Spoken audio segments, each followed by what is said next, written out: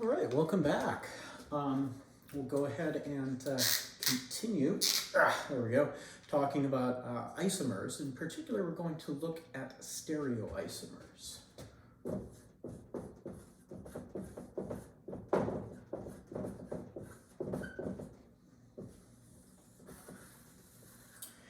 And I do want to take a decent amount of time to go over stereoisomers and go through examples and how to think about them. And it does require some visualizing things in 3 dimensions or building models, and so we'll do a little bit of both. It is really important going forward for those of you who are going to take Chem 12A and 12B for that matter, or if you transfer and take organic at your transfer institution. Stereoisomers are really important. So there are 2 major kinds. We have geometric isomers.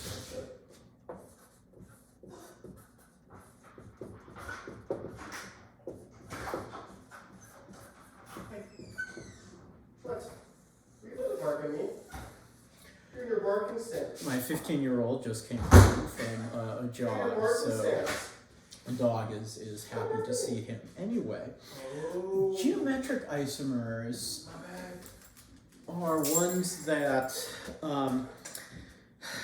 they're sometimes called a few different names. We've got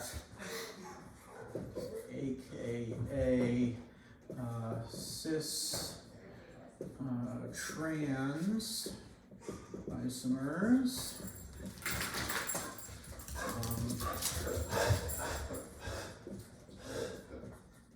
You can also have another nomenclature is FAC and MER, FAC-MER isomers. We'll go over these 2 types, but for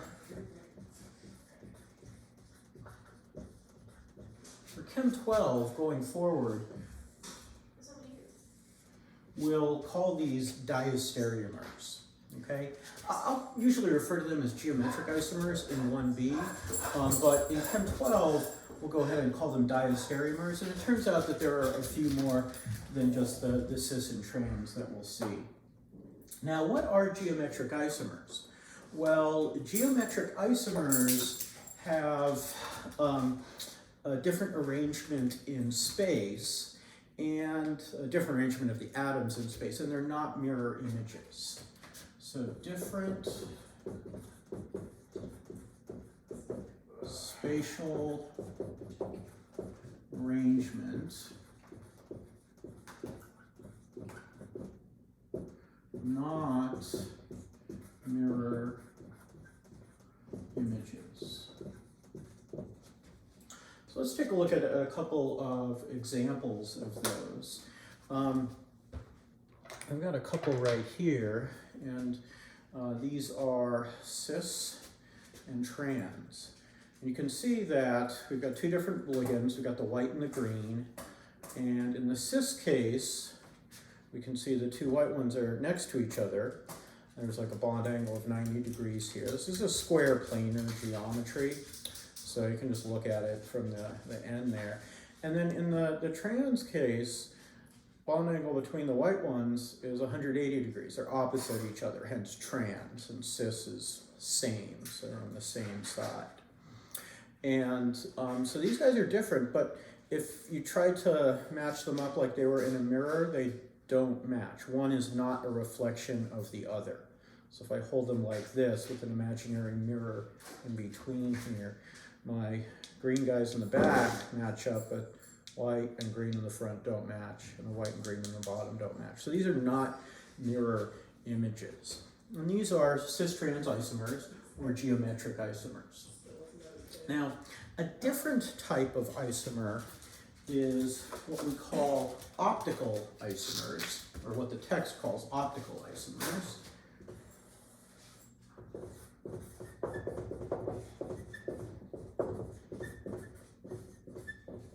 And you know, I'm gonna write isomers underneath here, I think, because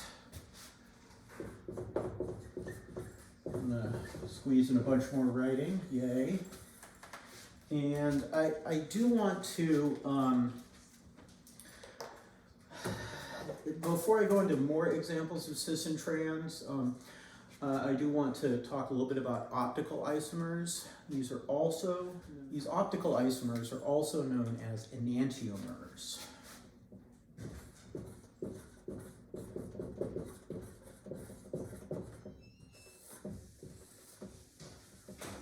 So maybe I'll just kind of, well, things with the double underline are the terms that you were going to be using in Chem 12. So optical isomers are mirror images.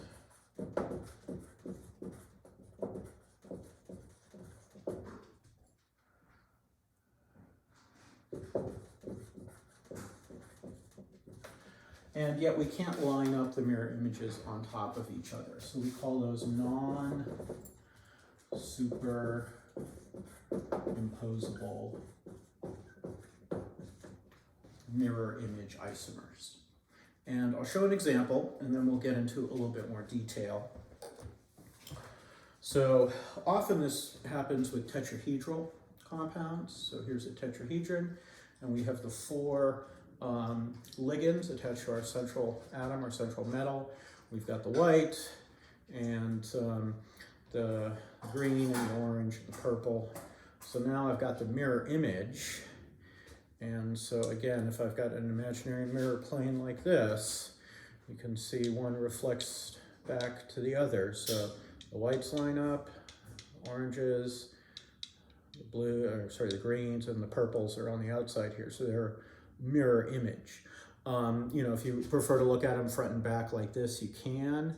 I generally, because I draw them on the board like this, I'll get to that in just a few minutes, I like to draw them like this. Now, I'm going to try to line them up. This is a little tricky because, you can't put two things in the same space at the same time. Well, unless you have a Bose-Einstein condensate, but that's another story. Anyway, so ask me about that sometime, the Bose-Einstein condensate. More than two atoms in the same place at the same time. All right, so if we did superimpose these black central atoms on each other, we would see that, let me just try to hold this here. There we go. The whites line up, the greens line up, but orange and purple. If I try to get my orange and purple to line up, now orange and purple line up, I'll hold those. Orange and purple, oranges, purples, but now white and green don't line up. So these are non-superimposable mirror images, and those are also known as enantiomers. Now, why do we use the term optical isomer? We say these things are optically active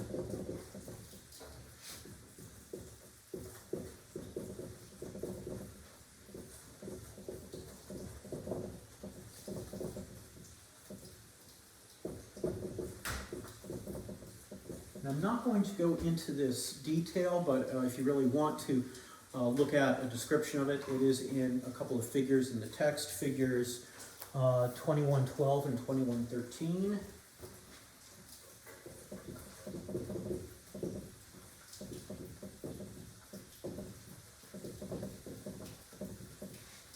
And they show a polarimeter, which is a device for measuring optical activity.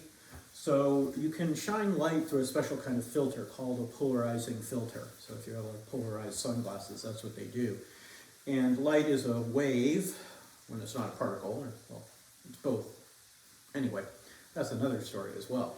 And so the light wave has some direction that it's, there's a direction it's propagating in, but also direction for the wave. And that can have any orientation. And when that gets shined through the polarizing filter, only light in a certain plane goes through the filter. If you shine that through an optically active sample, it actually rotates that plane of the polarized light, and then you can detect it. So that's where the term optical isomer comes from. Again, if you take 12A, you'll actually measure optical activity in a lab. So we're not still online in the fall.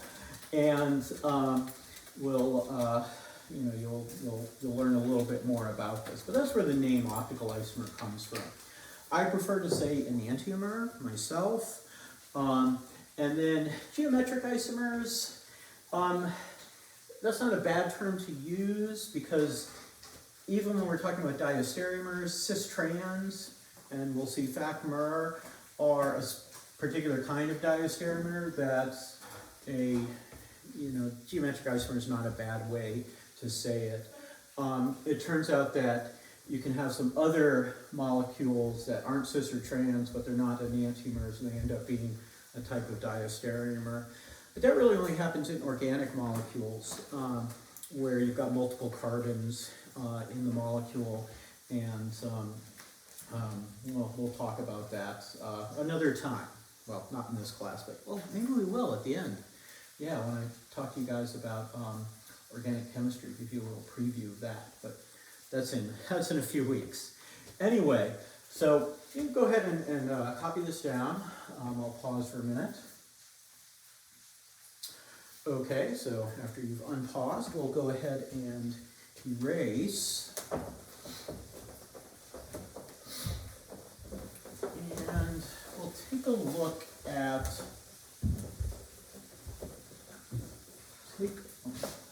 erase first and then talk.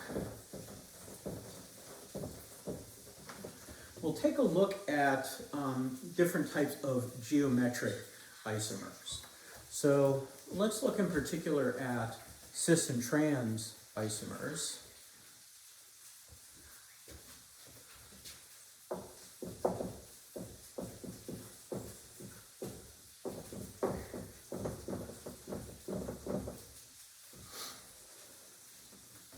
And so let's just take as an example, we could have platinum, PT, and we can look at it a couple of different ways. I like to, look at it just kind of straight on like this because it's a plane, it's square planar.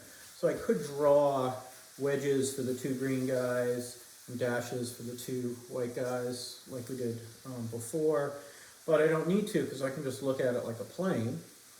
Look at it like, it was flat like that. And so let's go ahead and give it some things here. Let's give it a couple of chlorines and a couple of ammonias. And this is the cis isomer. This other one is our trans isomer. And PT NH3 and H3 Cl. And if you rotate it 90 or 45 degrees, I guess. Rotate it 45 degrees, it's still the same thing. Flip it over, it's still the same thing. But there's no way to get these guys to be equal to each other. And this is our trans isomer. So some features of these cis and trans isomers. If we drew an imaginary line through the center of our molecule here, chopping it in half, so I'm going to draw it like this. We can see here that chlorines are on the same side, ammonias are on the same side. So same side. That is, they're on the same side of this dotted line. Same side. Now, in the trans case, we would see that our chlorines are on different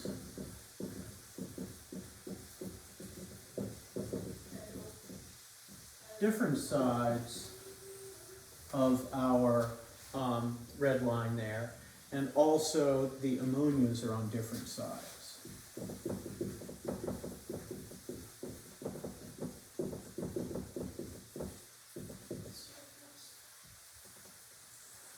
So I've just got arrows going every which way. Now, if I drew a line like this, I'd have chlorines on different sides, but because I can draw a line where the chlorines are on the same side, this is cis.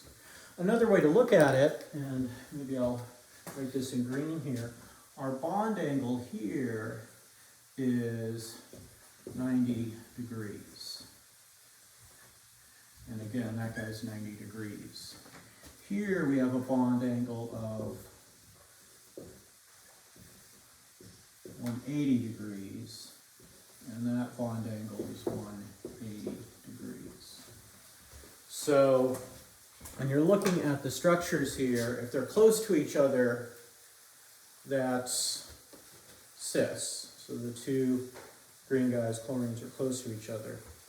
If they're far apart, if they're opposite sides, think of trans as meaning opposite, then they're trans. Okay, and before we wrap up here, because I'm going a little bit over 15 minutes, I just want to show you one more example here.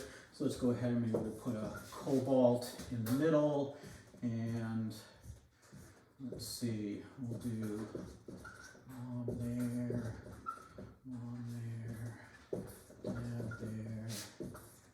dad there, and that of course is transparent.